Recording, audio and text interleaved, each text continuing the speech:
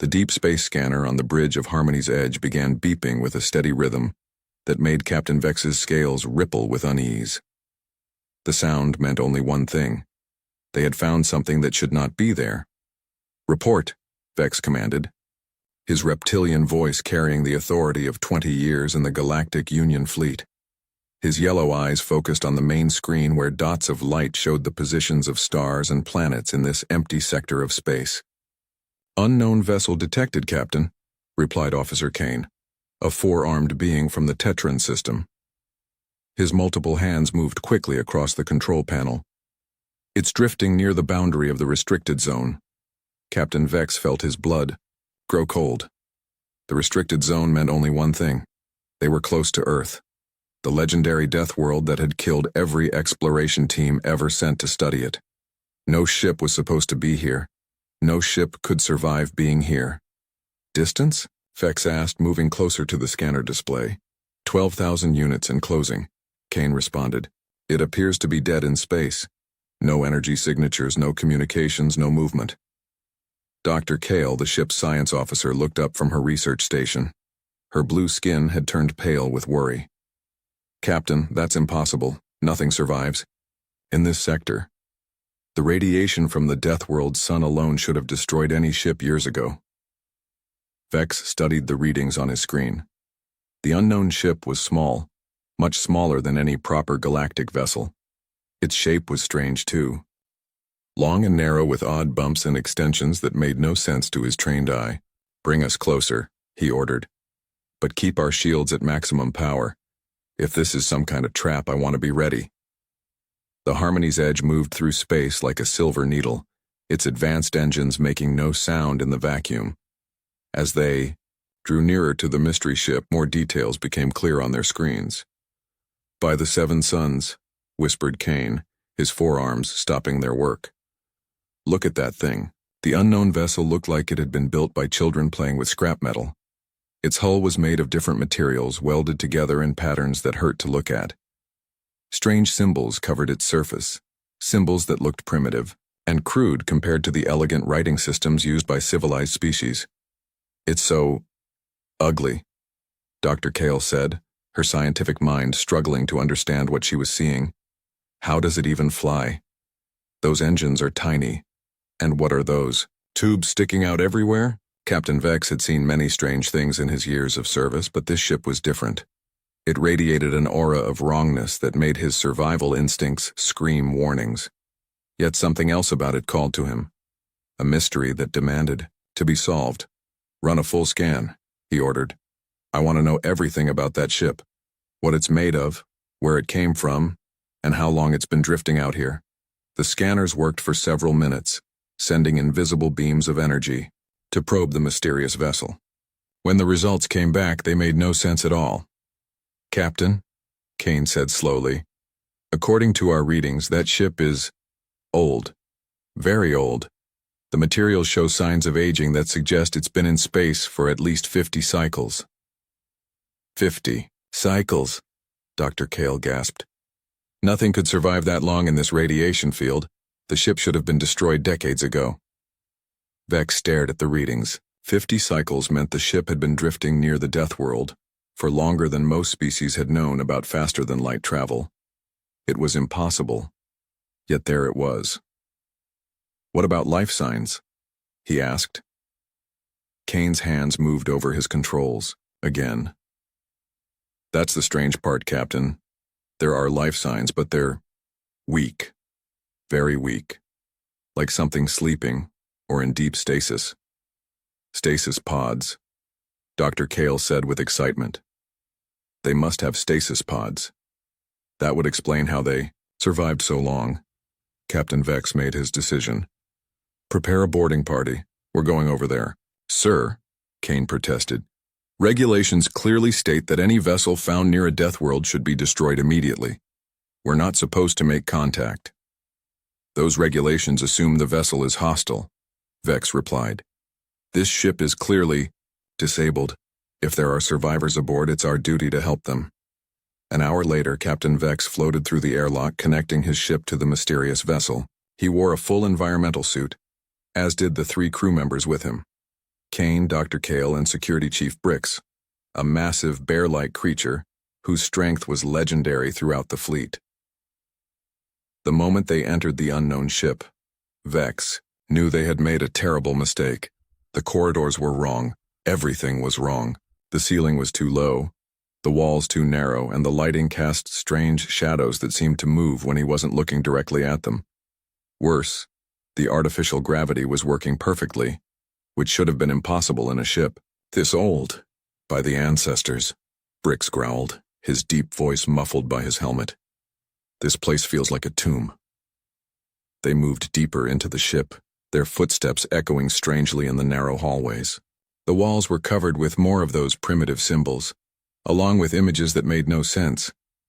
Pictures of creatures that looked like hairless apes standing upright, landscapes that seemed too green and blue to be real, and strange machines that served no obvious purpose. "Captain," Dr. Kale whispered, "look at this." She was standing in front of a wall panel covered with switches and dials. The technology was so primitive it looked like something from a museum, yet it was clearly functional. Small lights blinked, steadily, and a screen showed readouts in those strange symbols. "Can you read any of it?" Vex asked.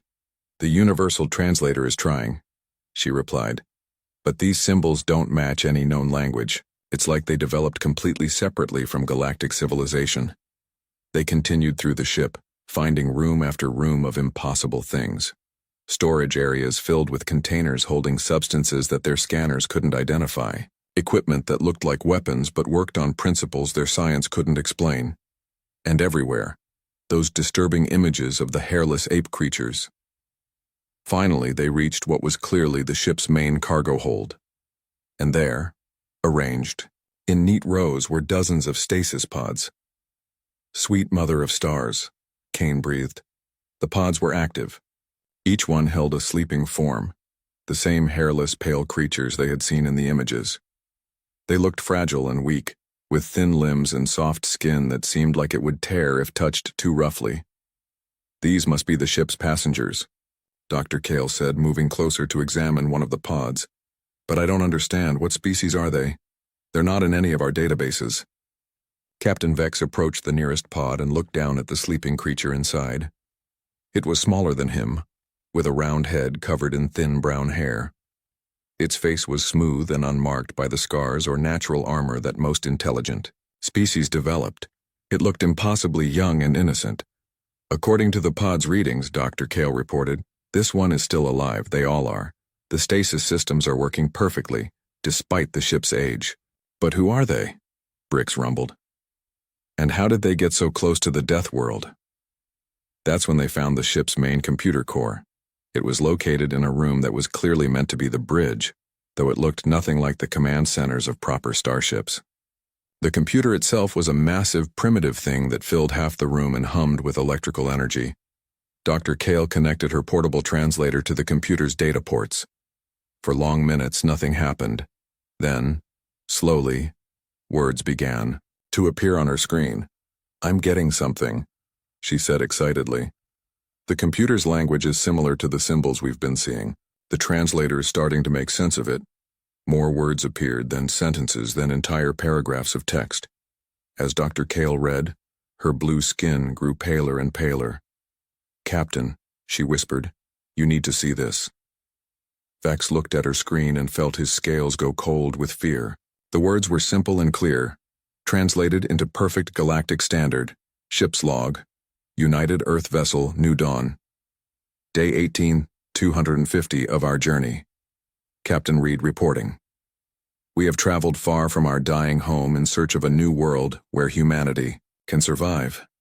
Our stasis pods are holding well, and we should reach the galactic shipping lanes within the next few cycles. We carry with us the last hope of our species. 847 souls fleeing the environmental collapse of Earth. We do not know what we will find among the stars, but we cannot be worse off than we were at home. Earth has become uninhabitable, and we are the last ship to escape before the final catastrophe. May whatever gods exist in this vast universe have mercy on us, for we are truly alone. The date stamp on the log entry showed it was over 50 cycles old. These creatures, these humans, claimed to be from Earth itself, from the Deathworld that no living being had ever seen and survived. Captain Vex stared at the sleeping forms in their stasis pods and realized that everything the galaxy thought it knew about the universe was about to change forever. Dr. Kale couldn't sleep. For 3 days she had been thinking about the sleeping humans in their strange ship.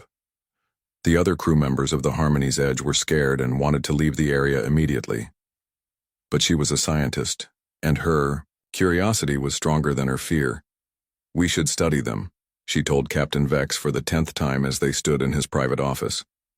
"These creatures survived on the Deathworld. They might know things that could help the entire galaxy." "Captain."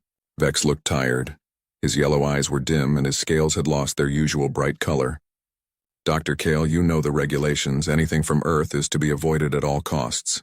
We should report this to headquarters and let them decide." "But Captain," Dr. Kale pressed, "think about what we could learn. How did they survive? What makes them different from every other species that died trying to explore that world?" Vex was quiet for a long moment. Finally, he sighed. "What do you want to do?" "Let me study one of their stasis pods," she said quickly.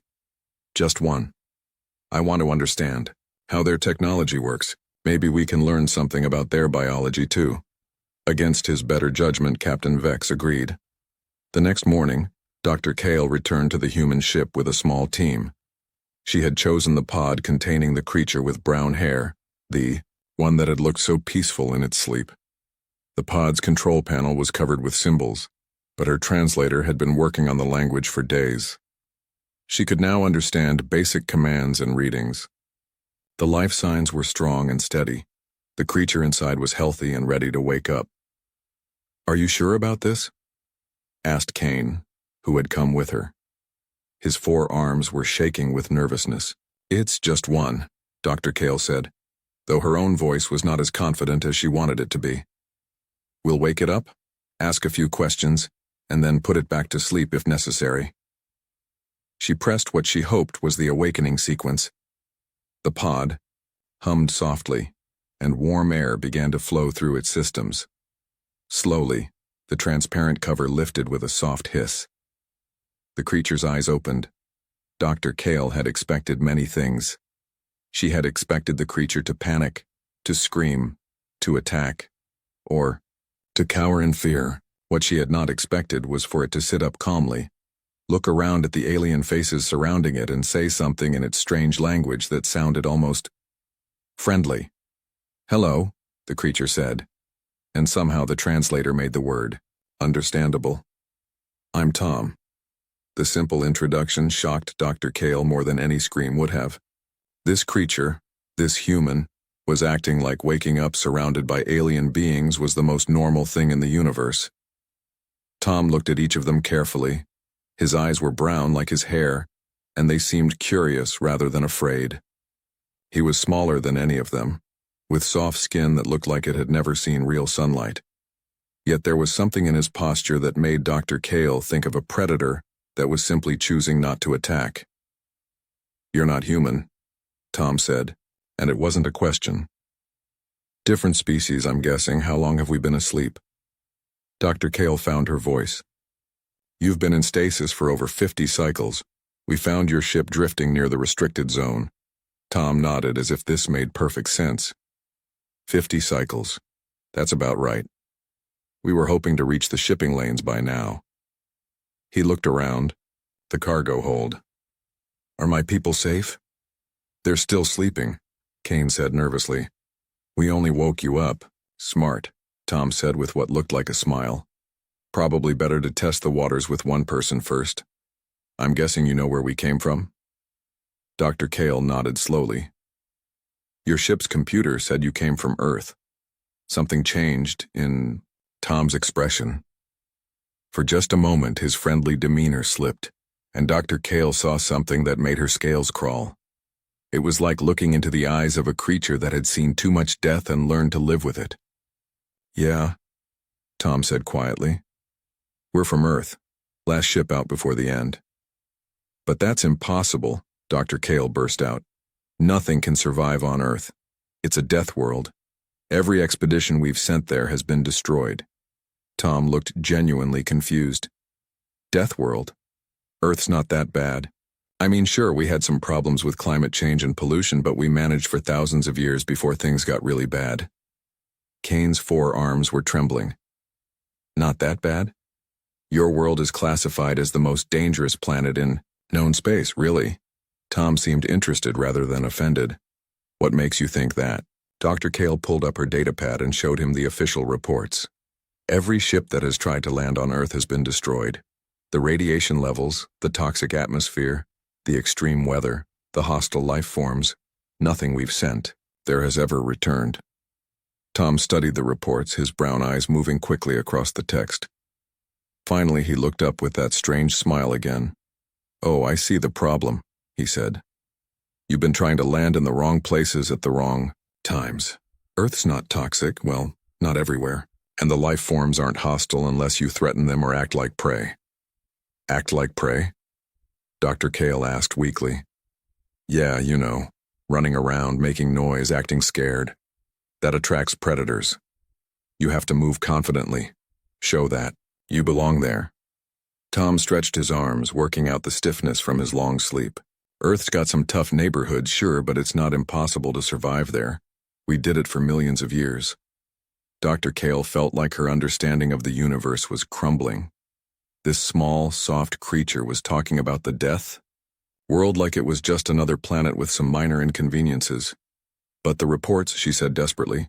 "Ships destroyed by massive storms, crews killed by creatures that hunt in packs, entire expeditions wiped out by diseases. Sounds like they weren't prepared," Tom said simply. "Earth's weather can be rough, and yeah, there are some dangerous animals. But you learn to deal with it. You adapt." The word adapt sent a chill through Dr. Kale.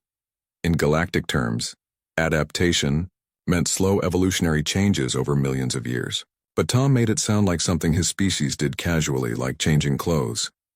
"How do you adapt to planet-killing storms?" Kane asked. "You build better shelters. You learn to read the weather signs. You find safe places to wait it out." Tom shrugged. "Sometimes you lose people, but the species survives." "Sometimes you lose people," Dr. Kale repeated numbly. This creature was talking about mass death like it was just part of life. "That's how it works," Tom said gently, as if explaining something obvious to a child. "The strong survive, the weak don't. The smart ones learn from the mistakes of the dead ones. Eventually, you get tough enough to handle whatever the world throws at you." At that moment, alarms began blaring throughout both ships. Captain Vex's voice came through their communication devices. "All crew return to stations immediately. We have multiple ships approaching fast." Tom's expression changed instantly. The friendly, peaceful human was gone, replaced by something that made Dr. Kale's survival instincts scream warnings. His brown eyes became cold and calculating, and his soft body seemed to coil like a spring ready to strike.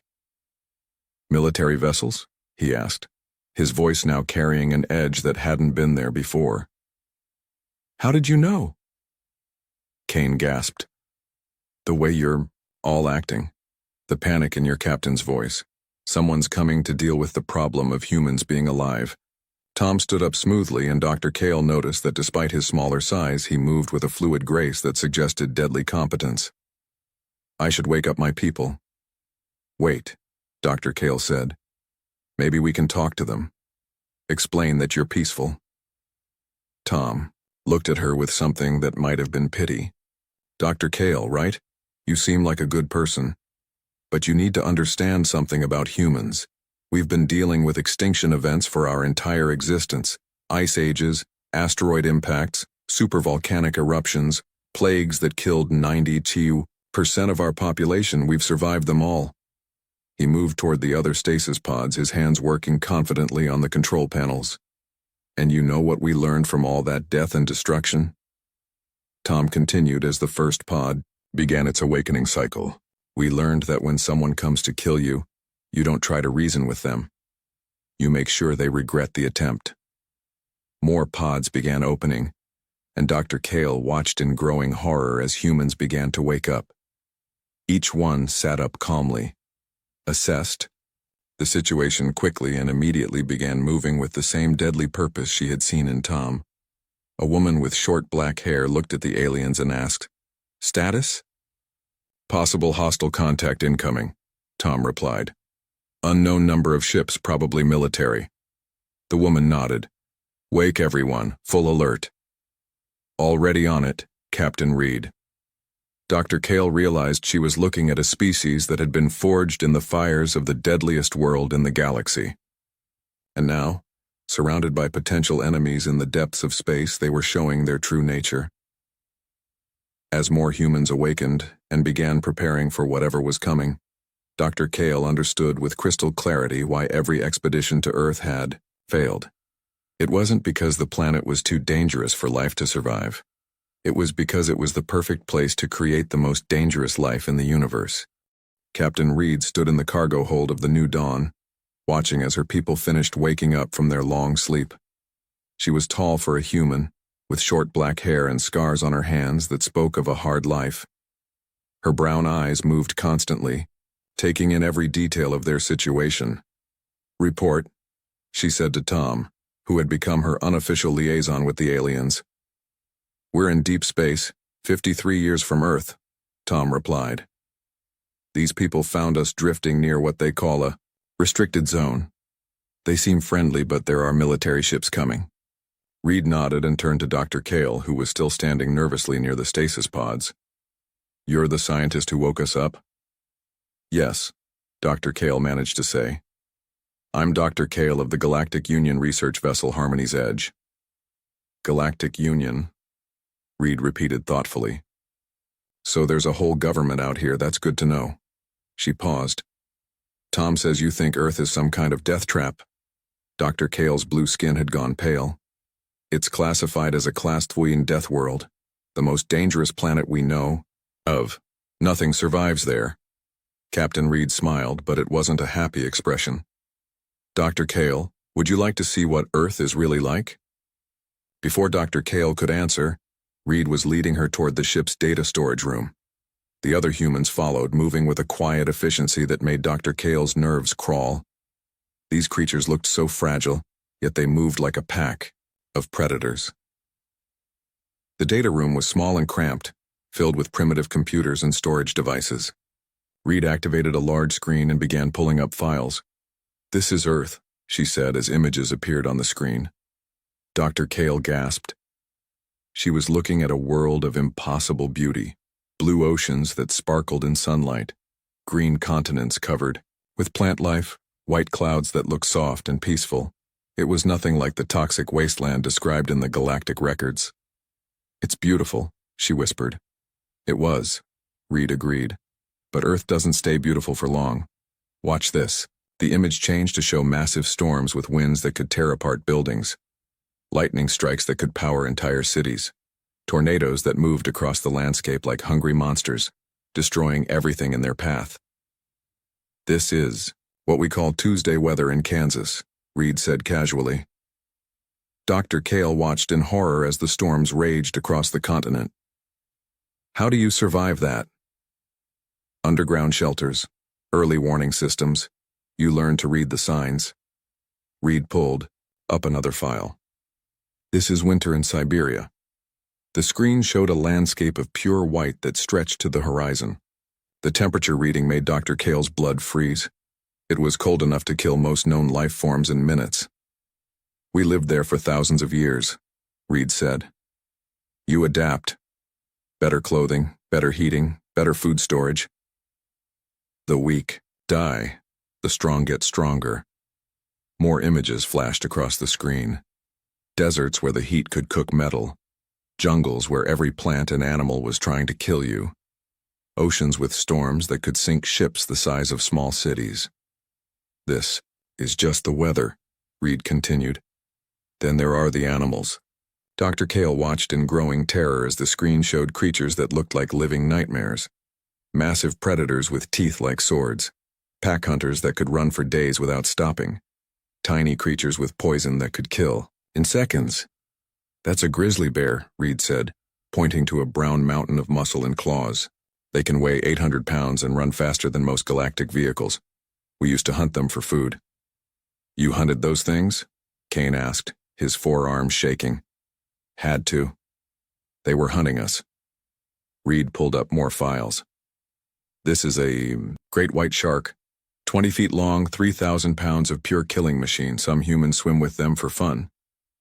Dr. Kale felt sick. For fun? Adrenaline rush, Tom explained. Humans like danger. It makes us feel alive. The images kept coming. Poisonous snakes that could kill with a single bite. Spiders the size of dinner plates. Insects that carried diseases that could wipe out entire populations. But those are just the normal animals, Reed said. Then there are the really dangerous ones. She showed them footage of something that looked like a nightmare-given form, a creature with multiple heads, each one filled with razor-sharp teeth. It moved through water like liquid death, hunting prey with intelligence that was clearly beyond simple animal instinct. Saltwater crocodile, Reed said matter-of-factly. Been around since the dinosaurs. Hasn't changed much because it's already perfect at what it does, killing things. Dinosaurs?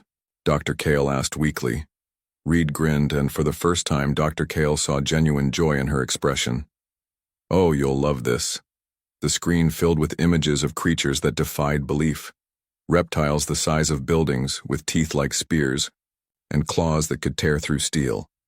Flying monsters with wingspans that could cover entire landing pads. Herbivores that were basically living tanks, covered in armor and spikes. These ruled Earth for over 160 million years, Reed explained. Then a rock the size of a mountain hit the planet and killed most of them. The ones that survived turned into birds. Dr. Kale looked at the small feathered creature on the screen. That's a bird? Descendant of the T-Rex, Reed said proudly. We keep them as pets now. The images shifted to show human cities. But these weren't the primitive settlements Dr. Kale had expected. They were massive constructions of metal and glass, reaching into the sky like fingers grasping for the stars. We built these while dealing with everything I just showed you, Reed said. Storms, predators, diseases, natural disasters, just part of daily life. You adapt or you die. But the expedition reports, Dr. Kale protested. Every ship that tried to land on Earth was destroyed. Reed's expression grew serious. What did these expeditions do when they landed? Standard first contact protocols, Dr. Kale replied. Land in open areas, establish communication, try to make contact with local life forms. And they came in. Ships? Of course. How else would they travel between stars? Reed exchanged a look with Tom. Dr. Kale, let me ask you something. If you saw a strange object fall from the sky and land on your world, what would you assume it was? A ship? Exactly. And if strange creatures came out of it? Creatures that looked nothing like anything you'd ever seen before? Dr. Kale felt understanding dawn on her like a cold sunrise. We would think it was an invasion. Earth has been invaded before. Reed said quietly. By our own species, by diseases, by predators. We learned a long time ago that when something unknown shows up, you kill it first and ask questions later. She pulled up more files, images of human warfare. Dr. Kale watched in horror as humans fought each other with weapons that could level cities. Battles that lasted for years, with casualties in the millions. We've been fighting each other for our entire history, Reed explained. Competition for resources, territory, mates. It's what made us strong. When your expeditions landed, we probably thought they were just another invasion attempt, but they were trying to make peaceful contact, Dr. Kale said desperately. How are we supposed to know that? Tom asked. Strange creatures from the sky, using technology we'd never seen before, speaking languages we didn't understand. What would any rational species do? Dr. Kale realized with growing horror that humans hadn't destroyed the galactic expeditions out of malice. They had done it out of the same survival instinct that had kept them alive on the deadliest world in the universe. There's something else, Reed said, pulling up a final set of files. The real reason we left Earth. The images showed a world dying. Oceans turning acid, forests burning, cities abandoned to rising seas. But even in the midst of ecological collapse, humans were still there, still fighting, still surviving, still adapting. We poisoned our own world, Reed said simply. Burned through resources, polluted the air and water, changed the climate. Most species would have just died out. But humans don't give up. We built ships and left to find a new home. How many of you escaped? Dr. Kale asked. Not many. Maybe 50,000, spread across a dozen ships. We were the last one out. Reed's voice was steady, but Dr. Kale could hear the pain underneath. Everyone else stayed behind to keep the planet running long enough for us to get away. The room was quiet for a long moment. Then Kane spoke up, his voice barely a whisper. Your entire species sacrificed itself so a few could survive? That's what humans do, Reed said. We protect our own, no matter the cost. At that moment, Captain Vex's voice came through the communication system. All personnel, prepare for contact. The Galactic Union fleet has arrived. Reed straightened up and Dr. Kale saw the transformation again, from teacher to warrior in the space of a heartbeat. Dr. Kale, Reed said calmly, I think you're about to see what happens when humans feel threatened. Admiral Thane stood on the bridge of his flagship, the Iron Talon, watching the tactical display with cold satisfaction. His gray skin was marked with battle scars, and his red eyes burned with the intensity that had made him the most feared military commander in the Galactic Union. Status report, he commanded, his voice carrying the authority of someone who had never lost a battle. 3 ships detected, sir, reported his tactical officer. 1 Union research vessel and 2 unknowns. The unknowns appear to be connected by docking tubes. The humans? Confirmed, sir. Heat signatures indicate approximately 800 life forms aboard the smaller vessel. Admiral Thane smiled, showing teeth designed for tearing flesh. His species, the Craxi, were natural warriors who had conquered dozens of worlds before joining the Union. If anyone could handle a few primitive creatures from a Deathworld, it was him. Send the standard demand for surrender, he ordered. If they refuse, we destroy both ships. I will not allow these humans to contaminate the galaxy with their presence. On the bridge of the Harmony's edge, Captain Vex received the Admiral's message with growing dread. He had served under Thane before and knew the Admiral's reputation for solving problems with overwhelming force.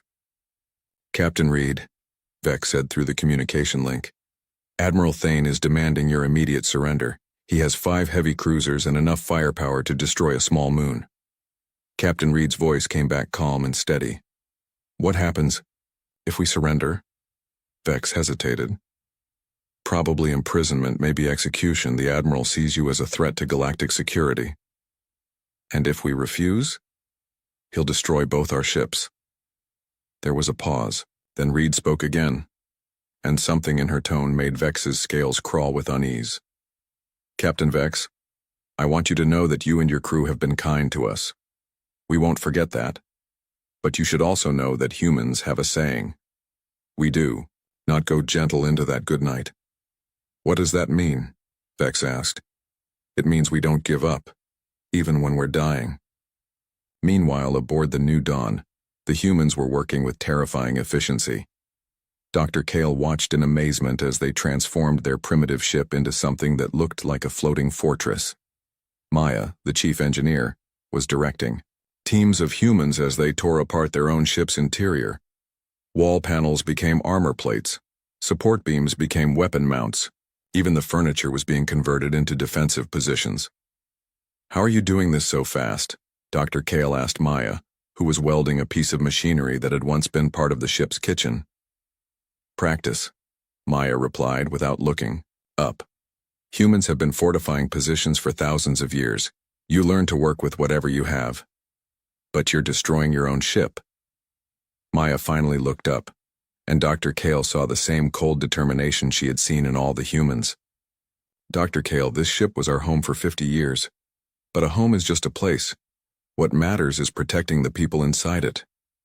Across the cargo hold, a human named Ben was setting up what looked like a medical station. But Dr. Kale noticed he was also preparing surgical tools that could easily be used as weapons. Are you a doctor? She asked him. Field medic, Ben replied, checking his supplies. Been patching up humans since I was 16. Earth was a dangerous place, always someone getting hurt. And the surgical tools? Ben gave her a look that was both gentle and terrifying. Dr. Kale, on Earth, the line between healing and killing is sometimes very thin.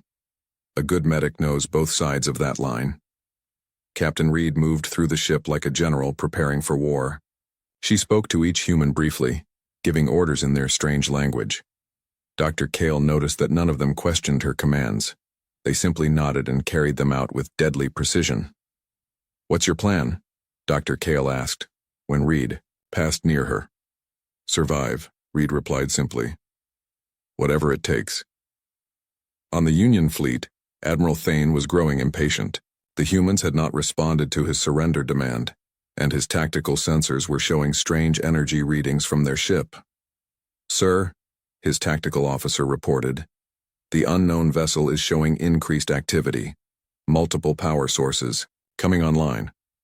"Weapons?" "Unknown, sir. The energy signatures don't match any known weapon systems." Thane frowned. These primitives shouldn't have any technology that his sensors couldn't identify. "Move us closer. I want a full scan of that ship." As the Union fleet approached, Captain Reed was making final preparations. She stood in what had once been the ship's cafeteria, now converted into a command center. Around her, humans worked at control stations that had been jury-rigged from salvaged equipment. "Maya, status on the weapons?" Reed asked. "We've got 6 improvised railguns using the ship's magnetic containment coils," Maya reported. "Not much range, but they'll punch through most armor at close distance." "Ben, medical supplies?" 15 trauma kits ready. I've also prepared alternative medical supplies in case we need to treat prisoners." Dr. Kale didn't want to think about what alternative medical supplies meant when a human said it. "Tom, communications." "I've been monitoring their fleet communications," Tom said. "They're not expecting any real resistance. The Admiral thinks this will be easy." Reed smiled, and Dr. Kale felt a chill run down her spine. "Good. Overconfidence is always useful." Admiral Thane's fleet moved into attack formation around the 2 connected ships. From his bridge, the human vessel looked pathetically small and helpless. "Open a channel," he commanded.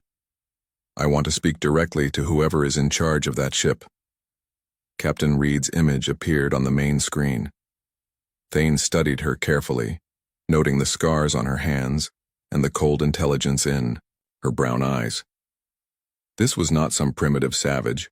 This was a trained military commander. "I am Admiral Thane of the Galactic Union Fleet," he announced. "You will surrender immediately or be destroyed."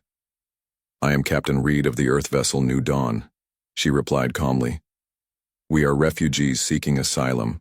We have committed no crimes against your Union."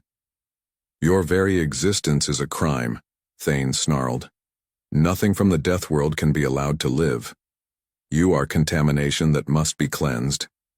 Reed's expression didn't change. "Admiral, you're making a mistake. We don't want to fight you. We just want to find a new home and live in peace." "Peace?" Thane laughed. "Creatures from a death world don't know the meaning of peace. You are weapons disguised as refugees." "You're right about one thing," Reed said quietly. "We are weapons. We've been forged by the deadliest world in the galaxy. But we only become dangerous when someone tries to kill us." "Threats will not save you," Thane replied. "You are outnumbered and outgunned. Surrender now, and I promise your death will be quick." Reed leaned forward slightly, and her smile became something that made even Admiral Thane feel a moment of unease. "Admiral," she said, "you've made 2 critical errors. First, you assumed that being outnumbered means we're beaten. Second, you assumed we're afraid to die." "What are you talking about?" "Humans have a concept called mutually assured destruction. It means that even if you can kill us, we'll make sure the cost is higher than you're willing to pay." Thane's tactical officer suddenly called out in alarm. "Sir, energy spike from the human vessel. They're powering up some kind of weapon system." On the screen, Reed's smile grew wider. "You want to see what humans are capable of, Admiral? You want to know why Earth is called a death world? You're about to find out." Alarms began blaring on every ship in the Union fleet as the humans revealed what they had built from the scraps of their dying ship. It wasn't just weapons. It was a demonstration of the ingenuity and determination that had kept their species alive on the deadliest world in the galaxy. "All ships open fire," Admiral Thane commanded. "Destroy them now." But as the Union fleet began its attack, Captain Reed gave her final order with the calm of someone who had faced extinction before and survived. "All stations, implement Murphy's law protocol," she said. "Show them what happens when humans get creative." Dr. Kale, watching from her position behind a makeshift barrier, realized she was about to witness something that no galactic military academy had ever prepared their officers for: a cornered human fighting for survival. And despite the impossible odds, she found herself believing that somehow, against all logic and reason, the humans might actually win. The first salvo from Admiral Thane's fleet lit up space like a deadly fireworks display. Energy beams that could melt asteroids lanced toward the tiny human ship. But instead of the expected explosion, something impossible happened. The beams scattered. "What?" Admiral Thane roared from his bridge. "Report!" "Sir, they're using some kind of magnetic field generator," his tactical officer stammered. "It's deflecting our energy weapons." Captain Reed smiled grimly as she watched the enemy fire splash harmlessly against their improvised defenses. "Maya, status on the shield array?" "Holding steady," Maya called back from her jury-rigged control station. "But we can't keep this up forever. We're burning through our power reserves fast." The magnetic shield was a desperate gamble, built from the ship's cargo handling systems and powered by their life support generators. It could deflect energy weapons, but it was draining their ship's power at a dangerous rate. "Tom, any luck with their communications?" Reed asked. "I'm in their network," Tom replied, his fingers dancing over a control panel that had once been a coffee machine. "Admiral Thane is ordering his ships to switch to projectile weapons." Reed nodded. She had expected this. "Maya, drop the magnetic shield and activate the chaff dispersal system." Across the human ship, compartments that had once held personal belongings burst open, releasing clouds of metallic debris into space. The chaff created a swirling storm of reflective particles that confused targeting systems and absorbed energy blasts. Admiral Thane watched in growing rage as his weapons became useless against the primitive ship. "How are they doing this?" he demanded. His science officer, a nervous creature with 6 eyes, studied the readings. "Sir, they're using principles we've never seen before. Their defenses shouldn't work according to our understanding of physics." "They're not using advanced physics," Dr. Kale said quietly from her position on the human ship. She was beginning to understand what she was seeing. "They're using desperation." Captain Vex, who had been watching the battle in stunned silence, suddenly made a decision that would change galactic history forever. "All crew, battle stations," he commanded aboard the Harmony's Edge. "Target the Union fleet." "Sir?" His tactical officer gasped. "You want us to fire on our own people? Those humans saved my science officer's life by sharing their medical knowledge," Vex replied, referring to when Ben had helped treat a crew member's injury earlier. "And they're fighting for their lives against someone who wants to commit genocide. That's not the Union I swore to serve." The Harmony's Edge opened fire on Admiral Thane's fleet, its weapons striking the flagship's shields. The attack wasn't enough to cause serious damage, but it forced Thane to split his attention between 2 targets. "Traitor!" Thane screamed over the communication channel. "I'll see you executed for this." "Maybe," Captain Vex replied calmly. "But first, you'll have to win this battle." The fight became a deadly dance in the void of space. The humans, despite being vastly outgunned, seemed to anticipate every move the Union fleet made. When the enemy ships tried to surround them, the humans used their ship's engines as weapons, creating plasma bursts that damaged anything that came too close. When the Union forces tried to board them, they found the docking ports had been turned into traps, explosive devices hidden in what looked like welcoming airlocks, corridors that had been deliberately weakened to collapse on intruders. "How do they know our tactics so well?" Admiral Thane demanded. The answer came from an unexpected source. Tom had not only infiltrated their communications, but had been studying their battle formations and strategies in real time. "Admiral," Tom's voice came over the Union fleet's communication system, "you're fighting like someone who's never had to worry about losing. Every move you make follows the same patterns. It's like reading a book we've seen before." "Impossible," Thane snarled. "You're primitives." "No." Captain Reed's voice joined the conversation. "We're survivors. There's a difference." The battle reached its turning point when Admiral Thane, frustrated by his inability to destroy the human ship, made a fatal mistake. He ordered all his vessels to concentrate their fire on a single point, planning to punch through the human defenses with sheer, overwhelming force. It was exactly what Captain Reed had been waiting for. "Now," she said quietly. Maya triggered the final component of their improvised defense system. The new dawn had been slowly venting atmosphere and fuel into space throughout the battle, creating an invisible cloud around the ships. When the Union fleet's concentrated energy beams hit this cloud, it ignited. The explosion was visible from several star systems away. 3 of Admiral Thane's ships were caught in the blast, their shields overloaded and their hulls cracked. The flagship itself was thrown tumbling through space, its engines dead and its weapons offline. But the humans weren't finished. Ben, the medic who had seemed so gentle, launched himself in an emergency pod toward the damaged flagship. Dr. Kale watched in horror as he flew straight into the heart of the enemy fleet. "What is he doing?" she gasped. "His job," Captain Reed replied.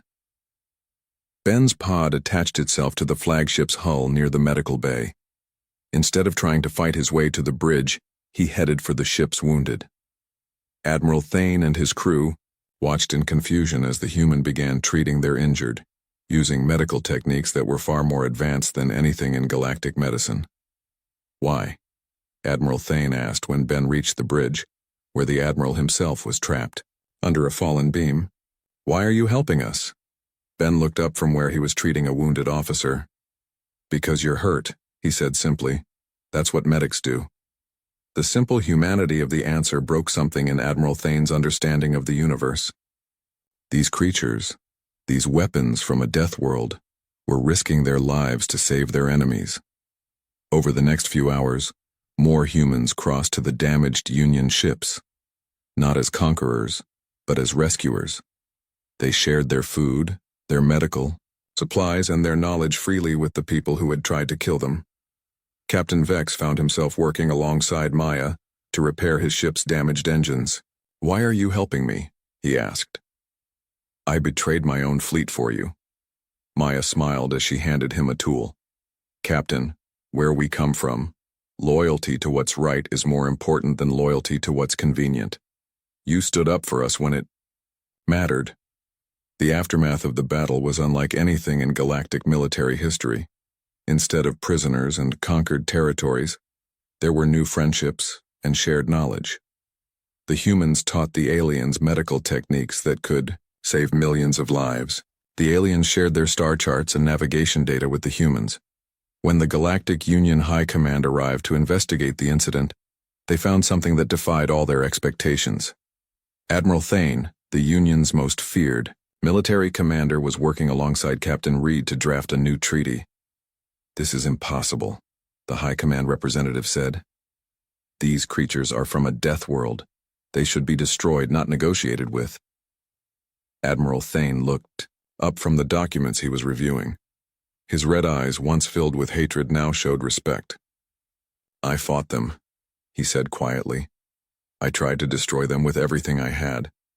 And when I was defeated and helpless, they saved my life." He stood up slowly, still recovering from his injuries. "These humans are not weapons. They are what we could become if we stopped being afraid of everything that's different from us." Captain Reed stood beside him. "We don't want to conquer anyone," she said. "We just want a place to call home. In return, we're willing to share what we've learned about survival." The treaty that was signed that day became known as the Terra Accords. Humanity was granted full citizenship in the Galactic Union, along with a world of their own to colonize. In exchange, they agreed to share their medical knowledge, their survival techniques, and their unique perspective on problem-solving. The new dawn was escorted to a beautiful world with blue oceans and green continents. As the humans prepared to build their new home, they were joined by volunteers from dozens of species who wanted to learn from them. Dr. Kale was among the first to request a permanent assignment to the human colony. "I want to study how you adapt so quickly," she told Captain Reed as they stood on the surface of humanity's new world. Reed smiled as she watched her people begin building their first settlement. Children were already playing in the alien dirt, and adults were examining the local plants to see which ones might be useful. "Dr. Kale," Reed said, "the secret isn't that we adapt quickly. The secret is that we never stop adapting. Every challenge is just another chance to become better than we were." Across the galaxy, the phrase "humanity fuck yeah" became more than just words. It became a symbol of hope, proof that no matter how dark things became, someone would always be willing to stand up and fight for what was right. And in the depths of space, other ships from other dying worlds began to follow the path the new dawn had blazed, knowing that in this galaxy, there was finally a place for those who refused to give up. The ghost ship from the deadliest world had become the flagship of a new age of cooperation and survival, and the humans, the last survivors of Earth, had found something more valuable than a new home. They had found a new family among the stars. The year was 2057 when the last borders on Earth fell away. Not with a bang or even a whimper, but with signatures on paper and digital handshakes across video screens. Necessity had driven humanity together after the global resource crisis of the 2050s left no nation untouched. When the dust settled, the unified Earth government stood in place of the old world order. Director James Thomas stood at the large window of the Geneva headquarters, his weathered face reflecting in the glass as he looked down at the crowd celebrating below. At 63, he had seen enough of the old world to appreciate the new one they were building. "They're calling it Humanity Day now," said his assistant Robert, who stood a respectful distance behind him. Thomas nodded without turning. "A fitting name. For the first time, we are truly one people." What the people celebrating in the streets didn't know was that in laboratories across the globe, another breakthrough was about to change everything. The next morning, Thomas sat at the head of a long table as Dr. Anna West, head of the Advanced Propulsion Division, activated the holographic display. "The Mercury drive works," she said simply. The room fell silent. "We've achieved 15% light speed in the test chamber." Thomas leaned forward. "And the energy requirements?" "A fraction of what we projected. We can build ships now, real ships, not just orbital platforms." 3 years later, the first Mercury-class vessel left Earth's orbit, reaching Mars in just 4 days. The crew planted a flag bearing not the symbol of any nation, but the blue and green Earth emblem that represented all humanity. By 2065, the first permanent colony on Mars housed 5,000 people. Europa followed 2 years later, then Titan by 2070. Earth watched with pride as humanity spread through the solar system with remarkable speed. Captain Mark Reynolds stood on the bridge of the UES Pathfinder, the most advanced ship in the United Fleet. At 42, he had already spent half his life in space. The mission was simple on paper: push beyond the solar system, find habitable worlds, and map a path for humanity's expansion. Final checks complete, his first officer, Lisa Baker, reported. "We're ready to activate the Mercury drive at your command." Reynolds nodded. "Let's make history." The stars shifted outside the viewport as the Pathfinder jumped to its cruise speed. Unknown to the humans, their departure was noted by no fewer than 3 alien observation posts hidden at the edges of the solar system. Their reports were similar: primitive species achieving space travel, nothing remarkable, continue monitoring. How wrong they were. The true game-changer came in 2073, when a mining operation in the asteroid belt discovered element X-27. Black, crystalline, and humming with energy. It was unlike anything scientists had seen before. Early tests showed it could generate power that made nuclear fusion look like a child's toy. Dr. Marcus Field, leading the research team, worked without sleep for days after the discovery. "It's not just energy," he explained to Director Thomas, over a secure channel. X-27 warps space in ways we barely understand, but we're learning fast. Within a year, the first X-27 power plants were operating on Earth and Mars. Energy concerns vanished overnight.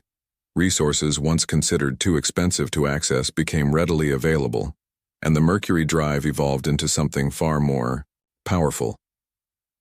Meanwhile, Captain Reynolds and the Pathfinder had made the most important discovery in human history, a habitable world just 12 light-years from Earth. They named it New Eden. Oxygen levels at 22%, Baker reported as they orbited the planet.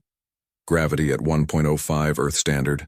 Temperature ranges compatible with human life. It's perfect. Reynolds stared at the blue-green world below. Not perfect, he corrected. But it's ours. By 2080, New Eden had 10,000 colonists. 3 more habitable worlds were discovered. Humanity expanded outward in all directions, building as they went. The alien civilizations watching this expansion reacted with mild interest at best. Most had been spacefaring for thousands, or even millions of years. They had seen species rise before. Humans were moving unusually fast, but they were still newcomers, limited to a small corner of the galaxy. This was their first mistake. In the offices of the Earth government, now relocated to the massive orbital station called Unity, Director Thomas met with the heads of the scientific divisions. Now in his 80s, he moved slowly, but his mind remained sharp. "Show me what you've been working on," he said to Dr. West.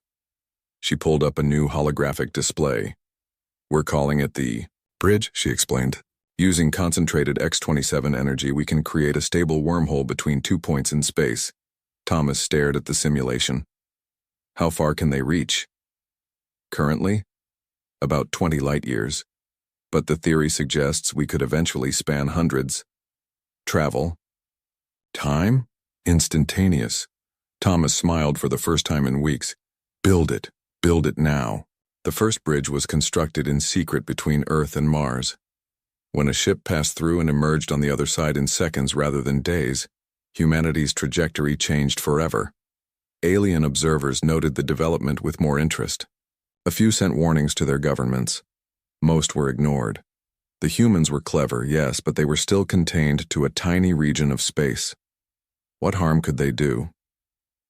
By 2090, the bridge network connected Earth to 12 colony worlds. By 2095, that number had reached 30. Expansion accelerated as each new world became a launching point for further exploration. Captain Reynolds, now Admiral Reynolds, commanded the growing United Fleet from the flagship UES Defender. At 70, he had seen humanity transform from a single-planet species to a multi-system civilization. "We're receiving an unusual signal, Admiral," the communications officer reported one ordinary day. "It's not one of ours." Reynolds straightened in his chair. "Source? Deep space, far beyond our territory." For the first time, humanity received deliberate communication from an alien civilization. They called themselves the Trade Confederation, a loose alliance of 7 species who had been watching humanity's rise with interest. The message was simple. "Greetings. We see you. We would talk." Director Thomas, in his final year before retirement, met with the first alien delegation aboard Unity Station. The aliens, tall, gray-skinned beings who communicated through translators, expressed surprise at humanity's rapid development. "Your species has accomplished in 50 years what took ours 500, the lead delegate said. "We wish to establish formal relations." Thomas nodded respectfully. Humanity would be honored. What neither Thomas nor any human knew was that the Trade Confederation was considered a minor power among galactic civilizations. Their interest in humanity was genuine, but limited. They shared little of what they knew about the larger galactic community. Thomas retired the following year, replaced by Director Wilson. The expansion continued. Humans now numbered in the billions across 30 worlds, with more colonies established each year. The bridge network grew more sophisticated. The United Fleet added dozens of ships, and still, the major powers of the galaxy paid little attention. Some noted the unusual speed of human development and suggested monitoring them more closely. Most dismiss these concerns. After all, what threat could such a young species pose to civilizations that had existed for millennia? They would learn their mistake too late. As the first century of human expansion came to a close, Admiral Reynolds stood once more at the viewport of his ship, looking out at the stars. He had seen humanity rise from nothing to claim its place among them. It was just the beginning. "Send a message to all ships and colonies," he ordered. "The first phase is complete. The silent ascension has succeeded. Now we prepare for what comes next." Across 30 worlds, humans looked up at alien skies and saw not just stars, but their future. They had built the foundation of an empire while the galaxy slept. Soon, everyone would know their name. 50 years had passed since humanity's first steps beyond the solar system. What had begun as a desperate push for survival had transformed into something no alien civilization had predicted: a human empire spanning 30 worlds, connected by a network of artificial wormholes that made distance almost meaningless.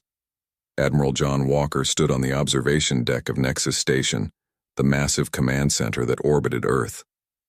At 45, he had never known a time when humans were confined to a single planet. The stories of Earth's troubled past seemed like ancient history to him. "Status report," he said to his second-in-command, Captain Davis. "The United Fleet now stands at 217 ships, Admiral.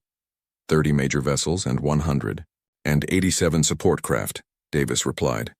"The newest Mercury-class ships are ready for their final tests." Walker nodded with satisfaction. The ships represented humanity's greatest technological achievement. Warships that could match anything known to exist in the galaxy, though they had never been tested in actual combat. And the bridge network? Stable across all 30 colonies. Professor Miller's team reports the new quantum stabilizers are performing beyond expectations. The bridge network had been humanity's true advantage.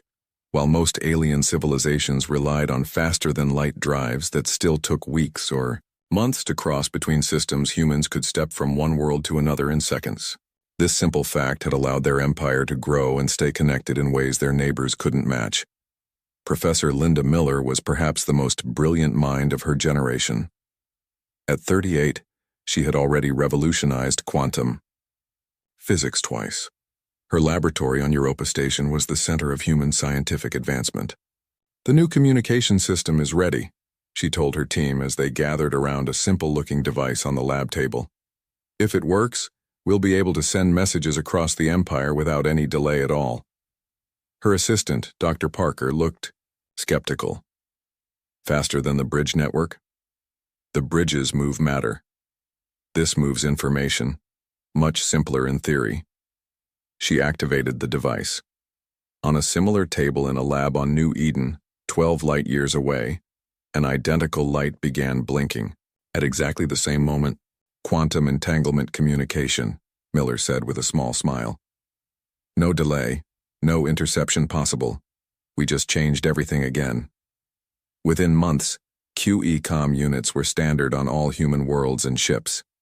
The entire empire could now communicate and coordinate instantly, regardless of distance, another advantage no one else possessed. The Directorate, the governing body that had evolved from the old Earth government, met in the Grand Chamber of Unity Station. High Director Wilson, now in his 10th year of service, addressed the representatives from all 30 worlds. "Our expansion continues according to plan," he said, his voice carrying across the chamber. 5 new colony ships will depart next month. By this time next year, we will have added 6 more worlds to our territory. A representative from Mars stood up. "And what of our neighbors? The Trade Confederation has requested increased access to our markets." Wilson nodded thoughtfully. "We maintain good relations with the Confederation. Limited trade continues. But we must remember our policy. We share technology with no one." This policy had served humanity well. While they learned what they could, from alien contacts they revealed little of their own advances. Most alien civilizations still viewed humans as newcomers with interesting but primitive technology. The Directorate worked hard to maintain this illusion. In reality, human technology had already surpassed many of their neighbors. Professor Miller's team had reverse-engineered every piece of alien tech they could acquire, then improved upon it.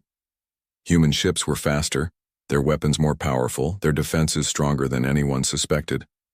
The Trade Confederation, comprised of 7 different alien species, served as humanity's main window to the larger galactic community. Through carefully controlled interactions, humans learned about the major powers, the Alliance, the Dominion, the Elder Collective, without drawing too much attention from them. Ambassador Taylor, humanity's chief diplomat, met regularly with Confederation representatives on the neutral station known as Meeting Point. A tall, elegant woman with gray hair, she had a gift for revealing nothing while seeming completely transparent. "We appreciate the Confederation's friendship," she told the alien delegates during one such meeting. "Humanity is still finding its place among the stars." Gorak, the lead Confederation representative whose species resembled tall, thin humanoids with blue-tinted skin, tilted his head. "Yet you expand at remarkable speed. Some within the Alliance have begun to take notice." Taylor kept her expression neutral. "We are simply eager to explore. Our history on Earth taught us that opportunities must be seized when they appear." What she didn't mention was that the 30 worlds known to the Confederation were only the public face of human territory. Behind the official colonies lay 15 more secret worlds, connected by hidden bridges, where humanity's most advanced research and military facilities operated in complete secrecy. At one such world, named Shadow Base in official records, Admiral Walker inspected the newest addition to the United Fleet. The UES Thunderbolt looked unlike any previous human vessel, sleeker, darker, with weapon systems that drew on the latest understanding of X-27 energy manipulation. "How many of these can we build?" he asked the base commander. "With current resources?" 20 within the year. More if the Directorate approves the expansion of the shipyards at Proxima and Tau Ceti. Walker ran his hand along the smooth hull. "Build them. I want 50 by next year." The Admiral had studied the known capabilities of alien warships extensively. The Thunderbolt could outmatch anything the Trade Confederation possessed. It might even stand against Alliance vessels, though. That was a test he hoped to avoid. Professor Miller's team, meanwhile, had made another breakthrough. In her secure laboratory beneath Europa's icy surface, she demonstrated the new technology to High Director Wilson himself. "We call it the Shield," she explained as energy formed a dome around a test object. "It absorbs incoming energy attacks and redirects 90% of kinetic impacts." Wilson watched as test weapons fired at the protected object. Nothing penetrated. "How much power does it require?" "That's the beauty of it," Miller said with pride. "An X-27 crystal the size of my thumb can power a shield large enough to protect a small city for a year." The High Director nodded slowly. "Install them on our major colonies immediately. Priority to the border worlds." Miller hesitated. "Sir, if we start deploying this technology widely, it will be noticed." "Yes," Wilson agreed. "But I believe the time for complete secrecy is coming to an end." He was right. Despite humanity's best efforts, their rapid expansion had begun to draw more attention. The Alliance, a coalition of the oldest and most powerful spacefaring races, had finally taken serious notice of the upstart humans. The Elder Council of the Alliance met in their ancient chamber on a world whose name couldn't be properly pronounced by human tongues. The 12 council members, each from a different species, reviewed reports on human activity. "They have expanded to 45 worlds," said one counselor, unaware that the true number was closer to 60. "No species has ever grown so quickly." "They build ships at an alarming rate," added another. "Their technology advances with each passing cycle." The head elder, a being who had lived for over 1,000 years, raised a hand for silence. "Perhaps it is time we welcomed these humans properly into galactic society. Under our guidance, of course." The motion passed unanimously. A diplomatic mission would be sent to human space, offering membership in the Alliance, as a junior. Associate, naturally. No one doubted the humans would accept the honor. Meanwhile, on the human colony of New Hope, orbital sensors detected unusual ship movements near the border of what was known to be Alliance space. Commander Sam Green, in charge of the colony's defense, sent an immediate QE-com message to Earth. Unidentified vessels moving in formation. Pattern suggests military. Request instructions. Within seconds, Admiral Walker's reply came through. Observe only. Do not engage. Fleet elements are en route to your position. The quiet empire was quiet no longer. After 50 years of careful expansion and preparation, humanity was about to step onto the larger stage whether they wanted to or not. The question remaining, would they enter as equals, subordinates, or something else entirely? 20 years had passed since humanity's first encounters with the wider galactic community. What the alien civilizations had once dismissed as a curious young species had grown into an empire spanning over 100 worlds, though only 60 were publicly acknowledged. The rest remained hidden, connected by secret bridge pathways that didn't appear on any shared star charts. Dr. Emma Phillips stood in her laboratory deep within Titan Research Station, watching as her team carefully disassembled an Alliance communication device. At 48, she had spent her entire adult life heading the Special Projects Division, the organization responsible for studying, understanding, and improving upon alien technology. Interesting, she murmured, pointing to a crystalline component in the device. Their quantum entanglement method is elegant but inefficient. They're still using paired crystals for each connection. Her assistant, Dr. Harris, nodded. Our network uses a single master crystal that can maintain thousands of connections simultaneously. And they have no idea we're this far ahead, Phillips said with a small smile. Make sure we understand every aspect of their design before we send the report to the Directorate. This was how humanity had risen so quickly. While appearing cooperative and even somewhat primitive to outside observers, human scientists had been systematically acquiring, studying, and improving upon every piece of alien technology they could access. The Special Projects Division now employed over 10,000 researchers across a dozen hidden facilities. On Unity Station, High Director Alan Wilson met with the Directorate Council, 12 men and women who effectively governed the entire human empire. At 70, Wilson had led humanity's expansion for 15 years with a careful balance of diplomacy and strategic planning. The Alliance has requested another meeting, he informed the Council. Their diplomatic vessel will arrive at meeting point in 3 days. Council member Jackson frowned. This is the third request in as many months. They're becoming insistent. They want us to join them, Wilson replied. As a protected associate species. Their diplomatic language is polite, but the meaning is clear. They expect our submission. The council chamber fell silent. Everyone understood what this meant. For decades, humanity had maintained the appearance of a moderately successful young civilization, while secretly building an empire that could rival the major powers. That careful deception was coming to an end. What do our intelligence reports say about Alliance movements? Asked Council Member Rodriguez. Wilson activated the holographic display at the center of the table. A three-dimensional map of nearby space appeared, with human territories in blue and Alliance space in red. Commander Stone's reconnaissance mission returned yesterday. The Alliance has been moving ships to 3 systems near our border. Their official explanation is standard military exercises, but the pattern suggests preparation for something more. Commander Jack Stone was humanity's best intelligence officer.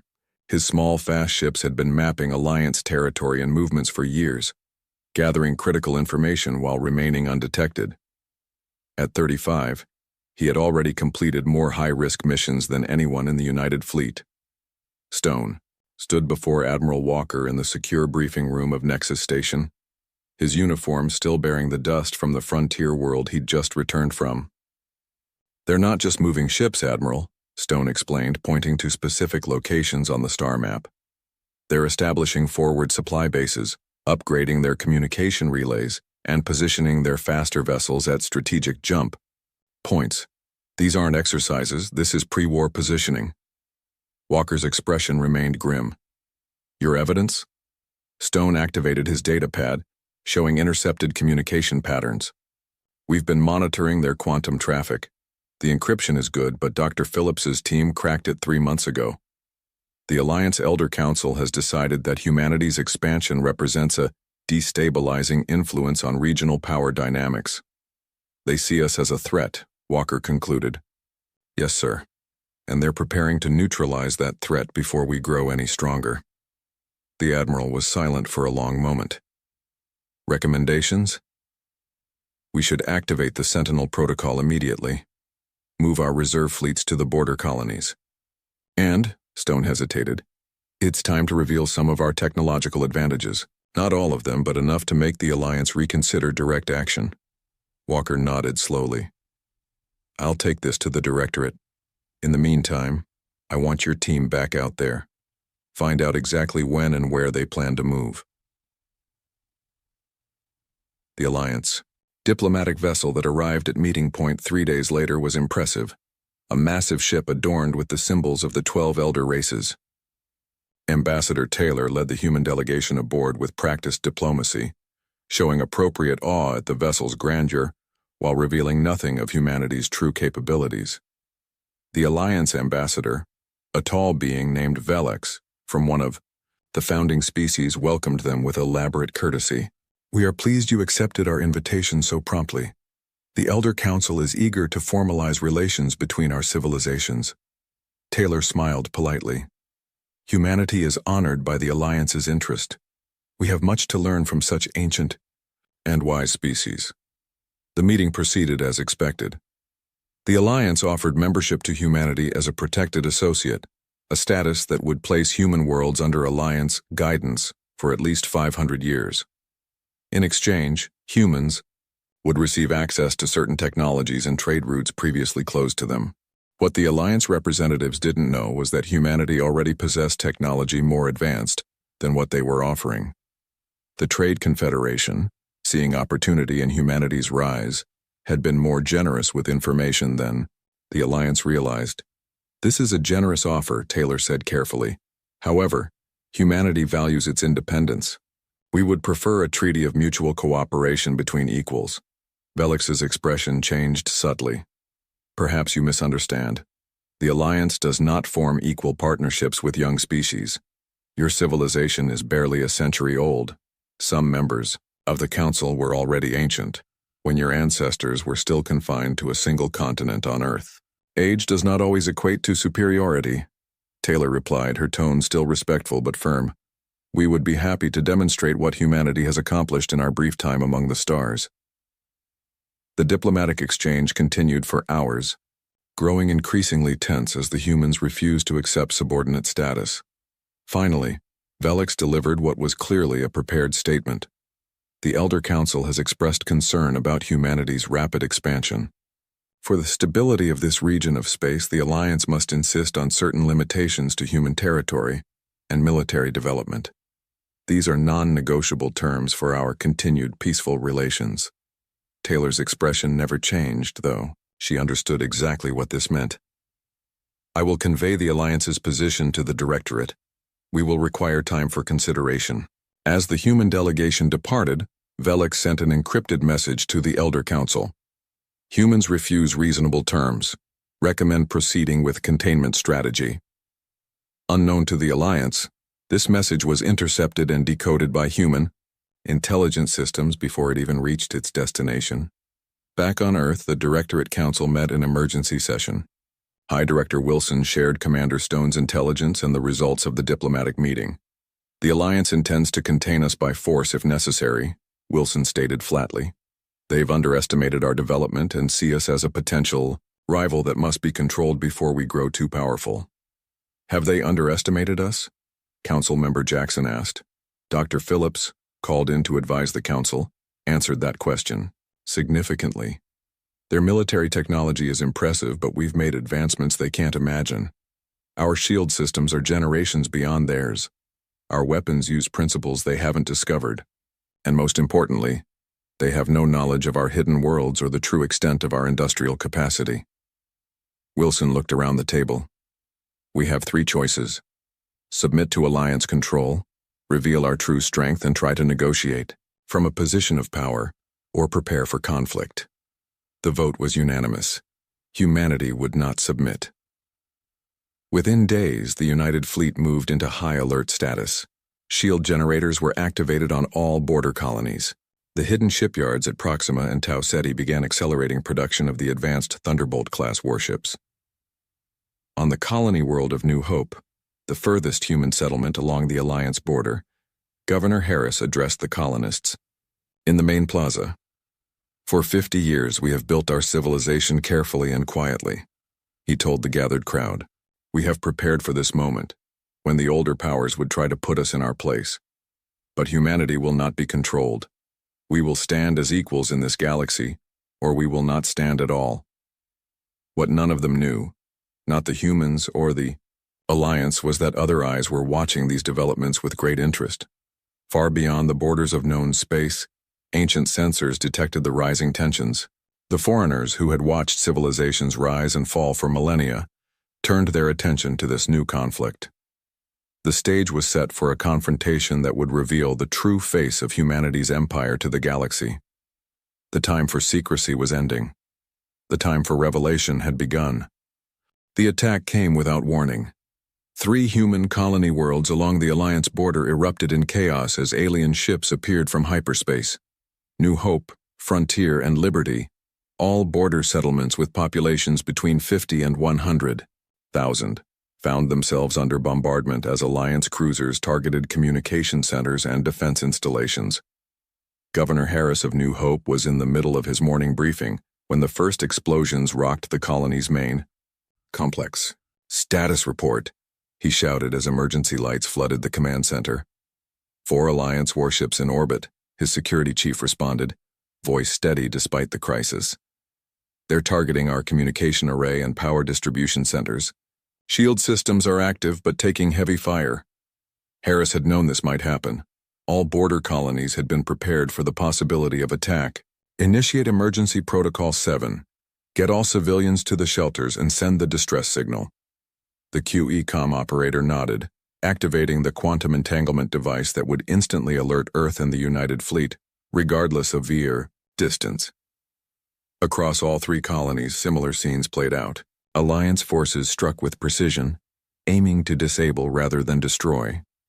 Their goal wasn't to annihilate the human settlements, but to cut them off from the rest of human space and demonstrate Alliance power.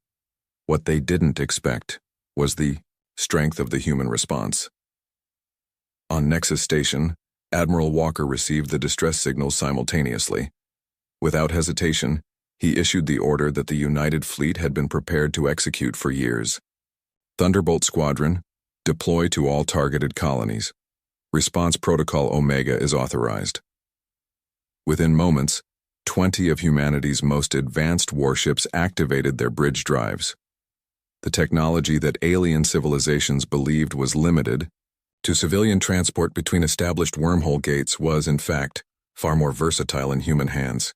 The Thunderbolts could create temporary bridge connections anywhere within 50 light-years, allowing them to appear directly in orbit around the contested colonies. The Alliance commanders were still methodically disabling colonial defenses when their sensor operators reported new contacts. Before they could react, human warships materialized around them, weapons already charged. The battle above New Hope lasted less than 5 minutes. 2 Alliance cruisers were disabled by precision strikes before they could raise shields. The third managed to return fire but found its energy weapons absorbed by the colony's shield system. The fourth attempted to retreat into hyperspace but was caught by the Thunderbolt's tractor beams, technology the Alliance believed humans didn't possess. Similar scenes played out above Frontier and Liberty. In all 3 cases, the human response was measured, disabling rather than destroying Alliance vessels when possible. Admiral Walker received the after-action reports with grim satisfaction. "Casualties: 27 colonists dead across all 3 worlds, sir. Infrastructure damage is significant but repairable. All Alliance vessels have been neutralized. 4 destroyed when they refused to surrender. 9 captured intact." Walker nodded. "And our ships?" The UES Defiant took moderate damage at Liberty. 2 crewmen injured. No other significant damage to report. The speed and efficiency of the human response shocked the Alliance commanders who had expected to face primitive defenses and outdated ships. Instead, they encountered technology that matched or exceeded their own. High Director Wilson addressed an emergency session of the Directorate Council as reports from the battle came in. "The Alliance has made their position clear," he said, his voice hard. "They claim our colonies violated territorial agreements that we never signed. This was a calculated first strike intended to demonstrate our vulnerability and force our submission." Council. Member Rodriguez spoke up. "Their attack failed.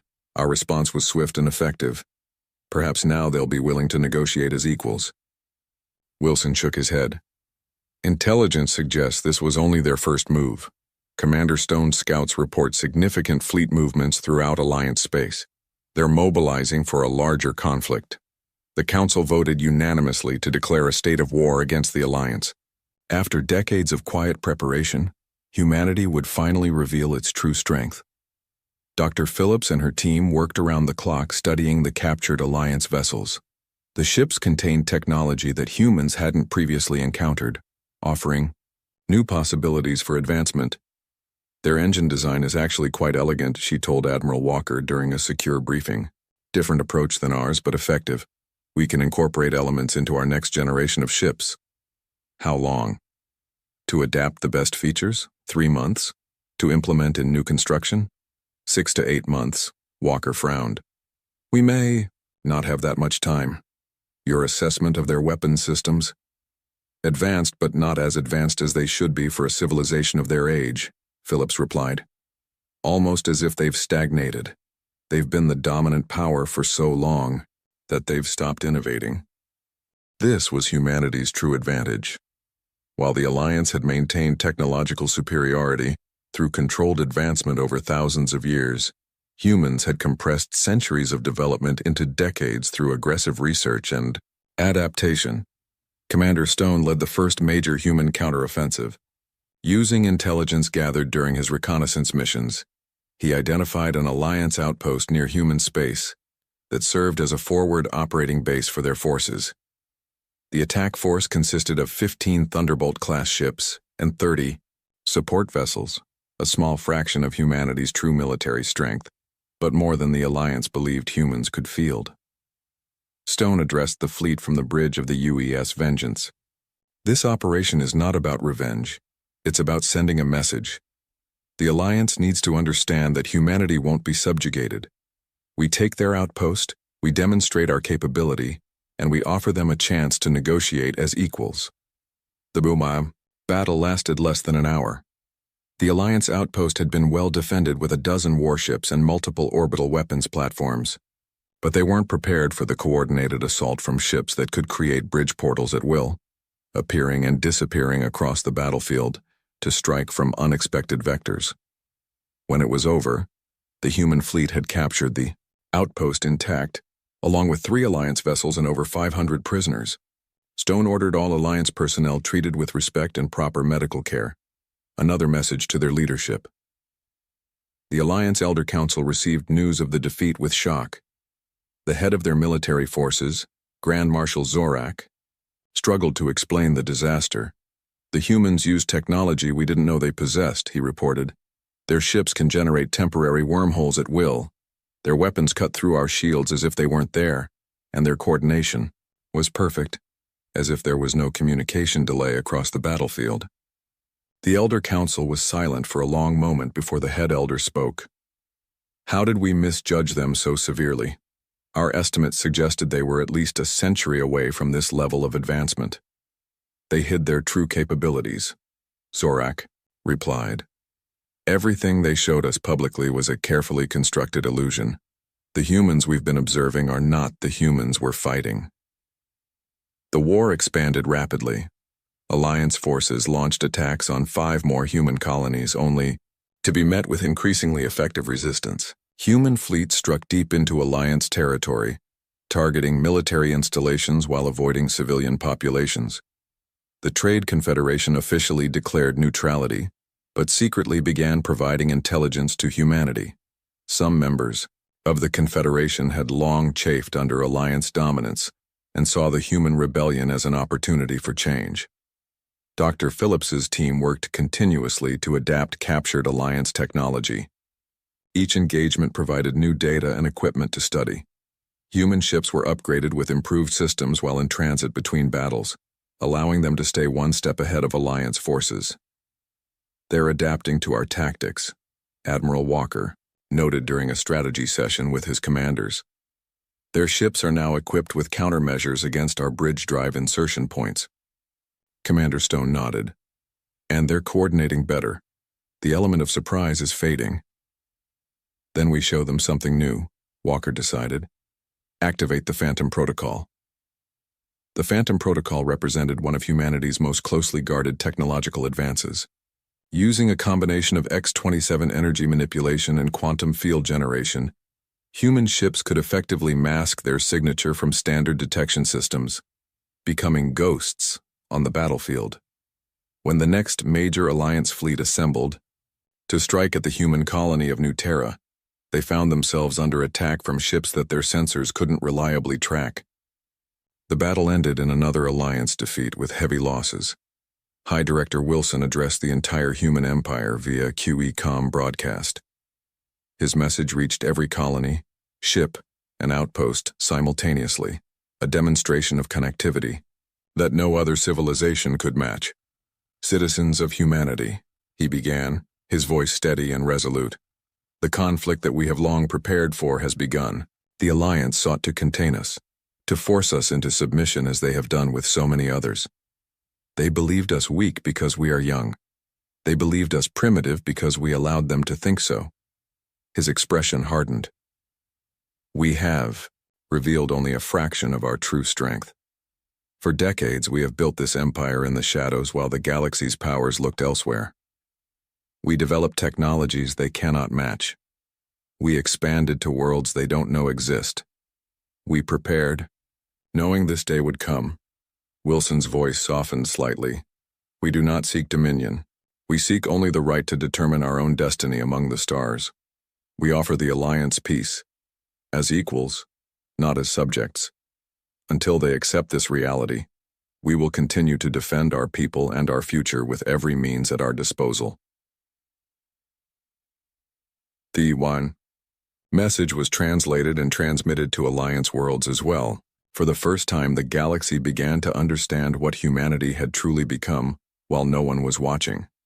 As the war spread across multiple star systems, neither side yet realized that another force was stirring. The ancient and mysterious. Foreigners who had observed galactic civilization for millennia had noted the unusual conflict with growing interest. Soon they would make their presence known, and the war between humanity and the Alliance would seem insignificant by comparison. The war between humanity and the Alliance had raged for 6 months. Across dozens of star systems, the conflict had escalated from border skirmishes to full-scale battles involving hundreds of ships. Both sides had suffered significant losses. 7 human colonies had been damaged or temporarily occupied, while Alliance forces had lost control of 12 outposts and 3 minor worlds. Captain Ben Roberts stood on the bridge of the UES Explorer, a specialized scouting vessel operating deep in contested space. At 34, Roberts had a reputation for finding what others missed. His current mission was to investigate unusual energy readings detected during recent battles. Anything new, Dr. Patel? He asked the science officer who had been analyzing data for the past 8 hours. Dr. Patel looked up from her station, dark circles under her eyes.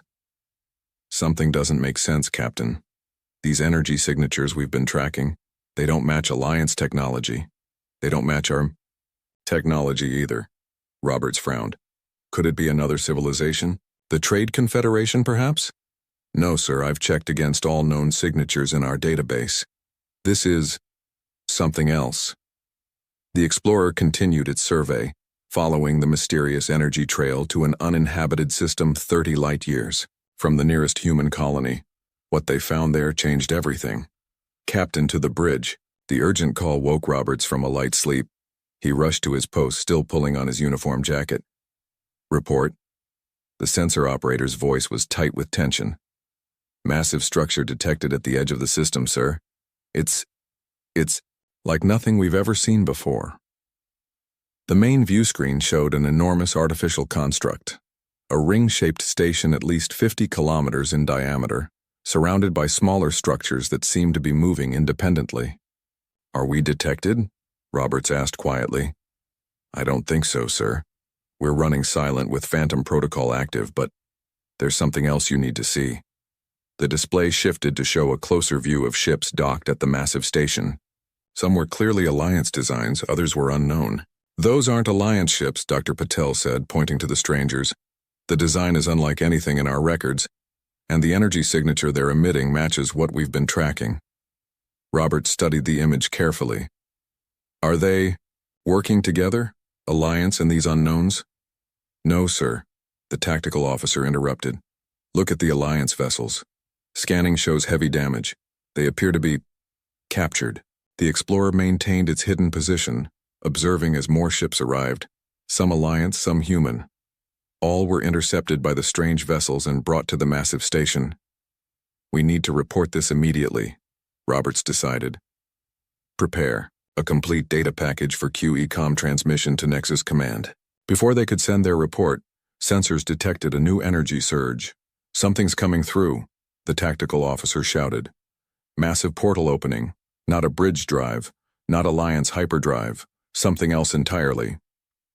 The fabric of space seemed to tear open as an enormous ship emerged, easily 5 times the size of the largest human or Alliance vessel.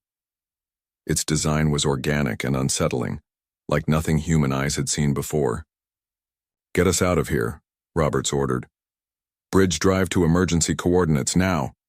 The Explorer escaped just as the massive ship turned in their direction, but they had seen enough. At Nexus Command, Admiral Walker and High Director Wilson reviewed the Explorer's report with growing concern. "So we have an unknown third party intercepting both human and Alliance ships," Walker summarized. "And based on the size of that station and the mothership, they've been operating in this region for some time." Wilson nodded grimly. "The question is, why reveal themselves now? Why intercept our ships during this conflict?" Commander Stone, who had been silently studying the data, spoke up. "Because we're weakening each other. This war has drawn significant forces from both sides into exposed positions, perfect targets for whoever these entities are." "Could the Alliance be aware of them?" Walker asked. "I don't think so," Stone replied. "The captured Alliance ships suggest they're as much victims as we are. This explains the mysterious ship disappearances both sides have reported during the war." Wilson made a decision. "We need to make contact with the Alliance leadership. This situation changes everything." Arranging a meeting between enemies in the middle of a war proved challenging. Eventually, a neutral location was established on a Trade Confederation station. Admiral Walker represented humanity while Grand Marshal Zorak spoke for the Alliance. "This had better be important," Zorak said coldly as they sat across from each other. "Your forces attacked 2 more of our outposts yesterday." Walker pushed a data tablet across the table. "We have a bigger problem than each other, Marshal. Review this data." As Zorak examined the Explorer's findings, his expression changed from skepticism to shock. "This is verified?" "Completely. We've lost 27 ships to unknown causes during this conflict. I suspect you have similar losses that couldn't be attributed to our forces." The Alliance commander was silent for a long moment. 35 vessels. "We believed your Phantom technology was responsible." "We're being played against each other," Walker said plainly. "While we fight, these beings are picking off our ships and studying our technology." Zorak looked up sharply. "You think they engineered this conflict?" "No. But they're certainly taking advantage of it. The question is, what do we do about it?" What followed was unprecedented. A joint human Alliance mission to investigate the GU, mysterious third party. Commander Stone led the human contingent with 3 Thunderbolt-class ships operating alongside 2 Alliance cruisers under the command of Sub-Marshal Tivik. They established a hidden observation post near the system where the Explorer had made its discovery. For 2 weeks they watched as more ships were brought to the massive station. "They're taking them apart," Stone observed as they watched a captured vessel being systematically disassembled. "Studying every component. Tevik, the Alliance commander, nodded. Not just studying. They're integrating our technology into their own. Look at the newer interceptors. They have elements of both our designs. Their observation ended abruptly when their position was discovered. A dozen of the unknown ships appeared through space-tearing portals, surrounding the joint force before they could escape. What followed was a desperate battle. Human and Alliance ships fought side by side against an enemy that seemed to anticipate their tactics. 3 vessels were lost before Stone ordered an emergency retreat through a bridge portal. Back at Nexus Command, the survivors reported their findings to a joint Human-Alliance Council. They call themselves the Foreigners, Dr. Phillips explained, having analyzed communication attempts during the encounter. From what we could decode, they've been observing civilizations in this galaxy for thousands of years. Observing and stealing technology, Stone added. They take what works from each species they encounter, adding it to their own capabilities. Grand Marshal Zorak, now on Nexus Station with a delegation of Alliance officials, asked the critical question, what do they want? Resources, territory, knowledge, Dr. Phillips replied, but mostly they seem to view other species as simply beneath them, test subjects for study. Our conflict gave them the perfect opportunity to collect samples from both our civilizations. Hi. Director Wilson looked around the table at the assembled leaders, human and alien together. Then we have a choice. Continue our war and be picked apart by these foreigners, or set aside our differences and face this new threat together. The decision wasn't easy. Decades of mistrust couldn't be erased overnight. But faced with extinction at the hands of the foreigners, a fragile alliance formed between former enemies. Dr. Phillips made the critical breakthrough while studying Alliance scientific data alongside her own research. The foreigners have a weakness, she announced during an emergency council session. Their ships and technology show unusual sensitivity to X-27 radiation. The element we discovered in our asteroid belt, Wilson noted, the one that powers most of our advanced systems.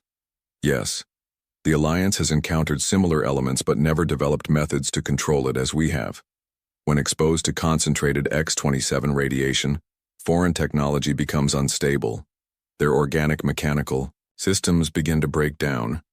Admiral Walker looked to the Alliance representatives. Our X-27 weapons combined with your long-range delivery systems. For the first time, Zorak smiled. Might be exactly what we need. The joint fleet assembled near Earth became the largest military force the galaxy had seen in millennia. Human ships with their bridge drives and X-27 weapons formed the core, while Alliance vessels with their superior sensors and defense systems provided support. Captain Roberts, promoted for his discovery, led the advanced scout force. They confirmed what intelligence had suggested. The foreigners had launched a major offensive, capturing or destroying dozens of outlying colonies and outposts. They're moving toward the core worlds, Roberts reported. Both human and Alliance territories. At their current pace, they'll reach Earth in 2 weeks. The final battle took place near Saturn, where the joint fleet intercepted the foreign armada before it could reach Earth. Hundreds of ships engaged in a conflict that stretched across the entire solar system. The foreigners' massive mothership emerged through its portal directly in Earth's orbit, bypassing the defensive lines. Admiral Walker, commanding the last reserve force, moved to intercept. They're targeting our bridge network control centers, his tactical officer reported. If they take those out, we lose our greatest advantage. Not going to happen, Walker said firmly. All ships, implement Operation Sunburst. 20 human vessels activated their X-27 weapons simultaneously, creating a wave of radiation that washed over the foreign mothership. Its organic components began to wither under the assault. The Alliance forces, following the coordinated plan, launched precision strikes at the weakened sections. For a moment, it seemed the attack had failed, as the massive ship continued its advance toward Earth. Then, deep within the foreign vessel, secondary explosions began. The chain reaction spread rapidly through its enormous bulk. The mothership's destruction was visible from Earth's surface, a new brief star in the sky that faded as quickly as it had appeared. Without their command vessel, the remaining foreign ships attempted to retreat. Some escaped, many didn't. In the aftermath, representatives from humanity and the Alliance met on Unity Station to formalize their new relationship. The Elder Council had been humbled by the experience, recognizing that age did not always equate to wisdom or power. High Director Wilson addressed the assembled delegates. We came to the stars less than a century ago, believing ourselves alone. We built our empire quietly, preparing for a place among the ancient civilizations of the galaxy. We never expected to find ourselves fighting for the survival of all. The head elder of the Alliance responded with unexpected humility. Perhaps it was necessary. Had we welcomed humanity as equals from the beginning, had we shared our knowledge openly instead of guarding it jealously, we might have been better prepared for the foreigners. The treaty signed that day established a new order, the Galactic, Concord, where species would be judged not by their age but by their contributions. Humanity and the Alliance would share technology and resources, with the Trade Confederation and other powers invited to join as equal partners. Admiral Walker and Commander Stone stood at the observation deck of Nexus Station, watching Earth rotate slowly below them. "Do you think they're really gone?" Stone asked quietly. Walker shook his head. "The foreigners? No. We hurt them badly, but a civilization that advanced doesn't disappear completely. They'll be back eventually. And we'll be ready," Stone said, with confidence. "Yes," Walker agreed. "But not just humanity this time. All of us, together." As ships from a dozen different species moved through the space around Earth, the quiet empire that humanity had built transformed into something new, the foundation of a united galaxy that could face any threat, foreign or familiar, with collective strength and shared wisdom.